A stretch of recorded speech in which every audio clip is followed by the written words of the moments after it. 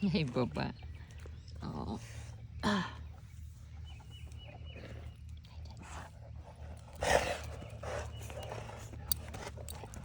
Oh. You see this, y'all? Okay. You see how Lucia is pulling on her collar? These are my two female Cane Corsos for anyone just tuning in. The gray brindle one is only 7 months old, and then the black female, other female, is 3 years old. And then Ozzy here is the 4-year-old alpha of the pack, alpha male, and then Tux is the pit lab mix. So he's the oldest. He's very submissive. So anyways, I wanted to show you what is going on here with the puppy pulling on Dolce, the black female there. She's, they're wrestling, playing tug, but it's very dangerous. It can be very dangerous when they start to pull at each other's collars. In fact, a lot of people don't put collars on their big dogs like this. Especially like those, the Martindale collars, the ones with the clip. Man, I have to tell y'all a very sad story.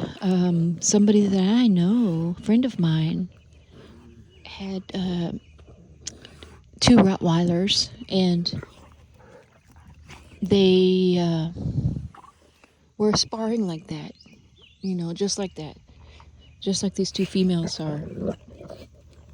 And one of them got hold of the other's collar, and it got twisted and ended up choking that dog to death. The Rottweiler was a beautiful male Rottweiler, similar to Ozzy, just a gorgeous specimen of a Rottweiler, beautiful dog. And it was the female. The female that did it was similar to Dolce.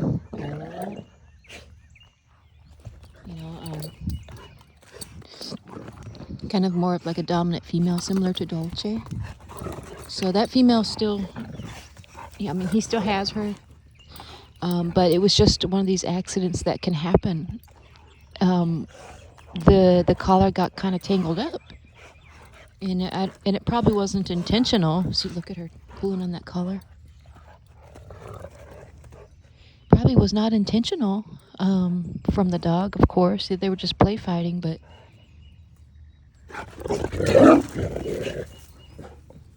they hear something.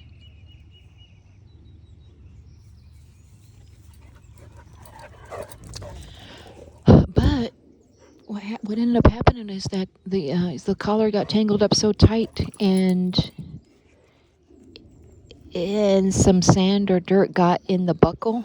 So he wasn't home at the time, but one of the family members was home and was trying to unbuckle.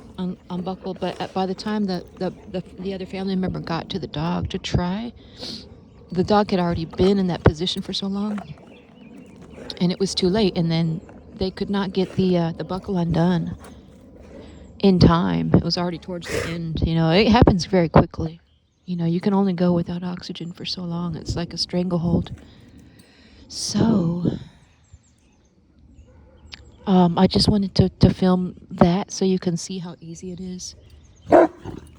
If you have more than one dog, and especially if they play rough like these do, then that is a huge risk that often is not talked about. I had no idea that was even a risk.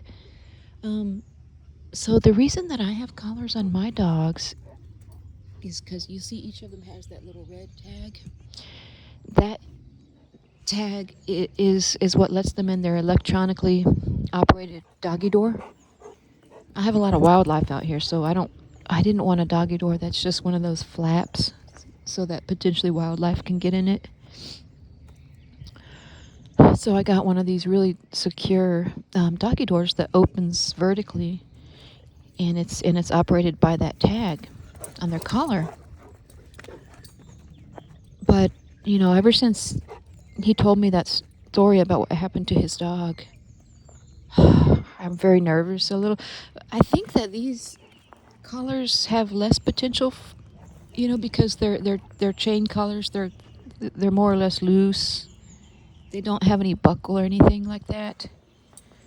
And I mean, I think since they're not cloth, they have less potential for tangling like a cloth one would. But I could be wrong. If anyone has any experience or heard of anyone with one of these collars that has had an accident happen like that with one of their dogs or someone they know, or an incident they know of, let me know. But I guess get one of those flap type doggy doors. But and then I would just take the collars off of them when I'm not home. So, but Dolce. I'm just waking up. I got to get ready for work soon. But it does always worry me. I have cameras on them all the time, so I could always ask the neighbors. If I see something like a struggle that looks serious, I could ask the neighbors to run over and help them. But I haven't had any incident, and you see how rough they play. In fact, sometimes they actually pull that little red tag off of each other. I have several of them in a drawer at home so that I can replace them. But ready? Sit. Good girl. Ready? Go get it. But yeah, I just want to put it out there so any of y'all that do have more than one that play like that, to consider not using a collar at all while they're at home playing unsupervised, if you can, or maybe switch out to a different type of collar. So anyways, I'm still considering that too. I might have to. My doggy door was over $1,000 because it's kind of higher tech, and it's huge. It's embedded within a door that I bought. So I mean, nothing is too high, to prevent something like that. But I don't know. I probably should actually just do that. Just change out my doggy door, take the collars off of them. But knock on wood, I have not had any issue yet. They play extremely rough. I've had him for 4 years. So I kind of attribute it to the type of collar that I'm using. It's less easy to tangle.